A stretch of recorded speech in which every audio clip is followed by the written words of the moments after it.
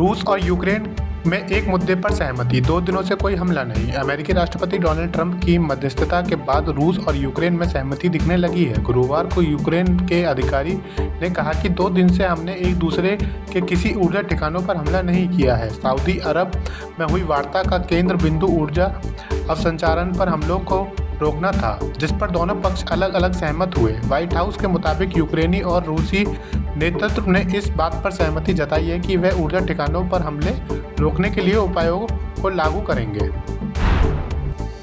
तानाशाह Kim Jong का दोस्त पुतिन को नया तोहफा, फिर भेजे 3000 सैनिक। उत्तर कोरिया और रूस की बढ़ती दोस्ती के बीच किम जोंग उन ने यूक्रेन युद्ध में रूस की मदद के लिए 3000 अतिरिक्त सैनिक भेजे हैं। दक्षिण कोरिया की खुफिया एजेंसी के मुताबिक उत्तर कोरिया तोपखाने और गोला बारूद भी भेज रहा है। पहले भी किम ने 11000 सैनिक भेजे थे। रूस और यूक्रेन सीमित युद्ध विराम पर सहमत हुए हैं, लेकिन दोनों पक्षों ने इसके उल्लंघन के आरोप लगाए हैं।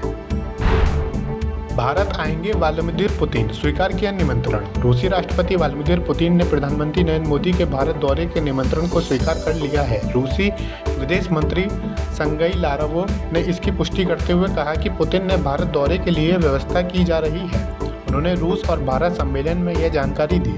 सरकारी एजेंसी टास के मुताबिक पुतिन की भारत यात्रा जल्द होगी। लावरोव ने यह भी याद दिलाया कि पीएम मोदी ने दोबारा चुनाव के बाद अपनी पहली विदेश यात्रा रूस में की थी। नाटो ने खींचे हाथ, यूक्रेन को बड़ा झटका। नाटो देशों ने यूक्रेन को सैन्य मदद देने और सैनिक भेजने की अपनी योजना से पीछे हटना शुरू कर दिया है। पहले यूरोपीय देश रूस से बचाव के लिए यूक्रेन में सैनिक तैनात करने पर विचार कर रहे थे, लेकिन अब यह योजना खटाई में पड़ गई है। राइटर्स के मुताबिक अमेरिका रूस संबंधों में सुधार और युद्ध में यूक्रेन की कमजोरी स्थिति के कारण यूरोपीय नेता और अपने फैसले पर पुनर्विचार कर रहे हैं। पाक के साथ चीन को भी चैलेंज, बलूचिस्तान में फिर हमला। बलूच विद्रोहियों ने गवादर जिले में हमला कर 5 लोगों की हत्या कर दी और कई वाहनों में आग लगा दी। ये वाहन गावदर बंदरगाह से सामान लेकर निकले थे।